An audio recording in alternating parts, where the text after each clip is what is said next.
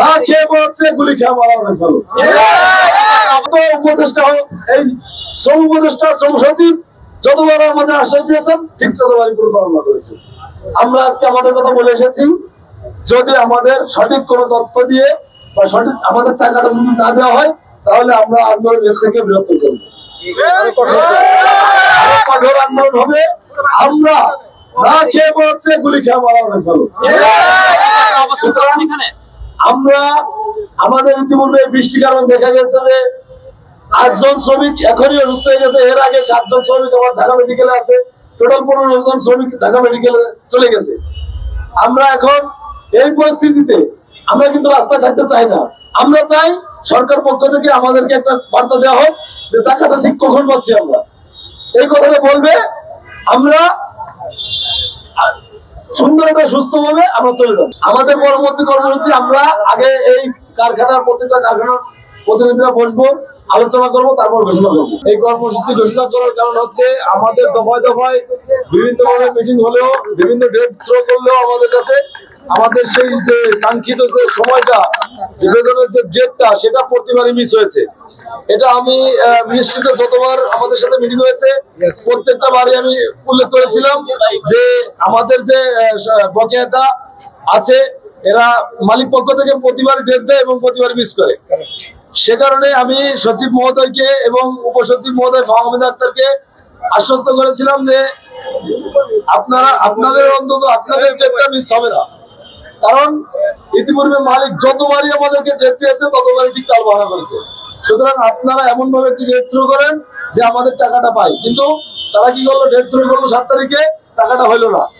7 তারিখ থেকে 14 তারিখ পর্যন্ত আন্দোলন করে পুলিশের হামলার শিকার হয়ে তারপর 14 তারিখে আমরা মিনিস্ট্রিতে বসি।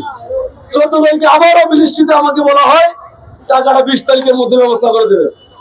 কিন্তু আমরা বাস্তবিক অর্থ দেখলাম 19 তারিখে রাতে আমার কাছে খবর আসে যে এখনো টাকার ব্যবস্থা করা হচ্ছে। 20 তারিখে সকালে আমার কাছে খবর আসে টাকা ব্যবস্থা করা হচ্ছে, সেটাও মালিক পক্ষের থেকে সরাসরি কেউ নয়, সরকার পক্ষ থেকে সরাসরি কেউ করে নাই। এবং এই কারণে গতকাল রাত 11টা বাজে আমরা সিদ্ধান্ত নেই যে আগামীকাল মানে আজকে বেলা 2টা পর্যন্ত সময় দিয়েছিলাম এই সরকার এবং মালিককে, যদি তারা আমাদের বরাদ্দ পরিশোধ না করে তাহলে আমরা বাস্তু যমুনার দিকে যাব। তারই একটা আজকে কর্মসূচি ছিল, সে কারণে আমরা এখানে এসেছিলাম যে আমরা কথা বলতে চাই প্রধান উপদেষ্টার সাথে। কিন্তু এসে দেখলাম প্রধান উপদেষ্টার সাথে আমরা কথা বলতে পারলাম না। আমরা তার পিএস এর সাথে কথা বলছি এবং এপিএস, আমরা তার এপিএস এর সাথে কথা বলছি এবং আমার যে কথাগুলো ছিল আমি সেটা বলেছি।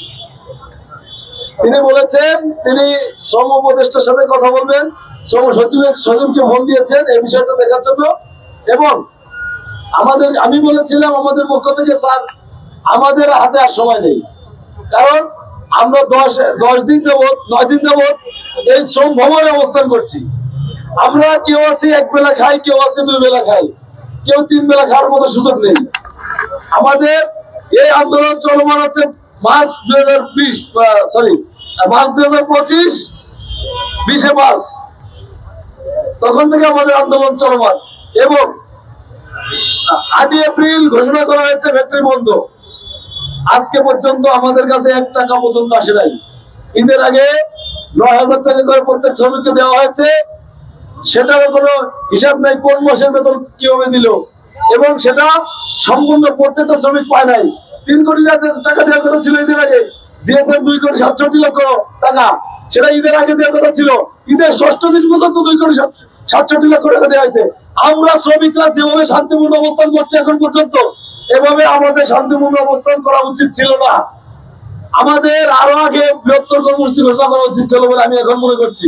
কারণ আমরা এই সরকার, এই মালিক বারবার আমাদেরকে আশ্বস্ত করেছে, আমরা তাদের উপর আস্থা রেখেছি।